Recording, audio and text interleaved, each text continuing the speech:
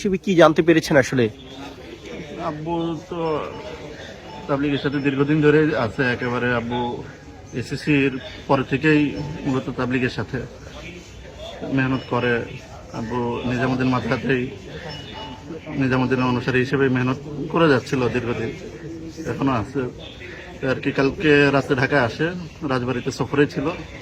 ওইখান থেকে আর কি আজকে 4টার দিকে যখন মাঠে যাওয়ার ফয়সালা হয় বা যারা যায় টঙ্গী টিন শেড, যেটা আর কি টিন শেডের পাশে, ওইখানে কিছু লোকজন যারা ছুরি চাপাতি এগুলি হাতে নিয়েছিল, যারা শুরুর দিকে ঢুকছে বা একটু এদিক সেদিক পাইছে তার ভিতরে আব্বু একটু অসুস্থ মাজুর, তো ওইখান থেকে আর কি আব্বু ওইভাবে তো আর হাঁটতেও পারে না, বয়সও।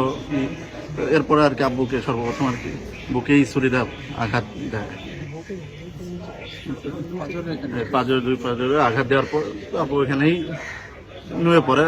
তখনও আমি বা আমরা কেউ তো পাশে ছিলাম না, অন্য যারা সাথীরা ছিল তারা হসপিটালে নিয়ে আসে। আমরা আর ওইভাবে খোঁজাখুঁজি করে যখন পাচ্ছিলাম না, তখন আর কি পত্রিকা এসে জানতে পারি যে বেলাল হোসেন নামে একজন আল্লাহ রাস্তে এসে নিহত হয়েছে, শহীদ হয়েছে।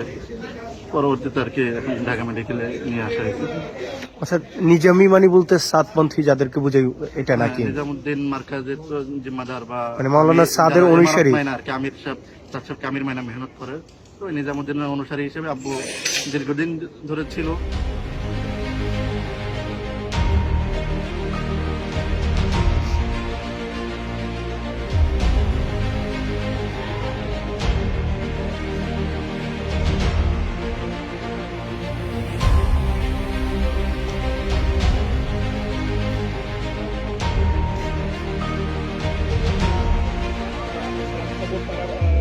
করেছেন এবং একজনের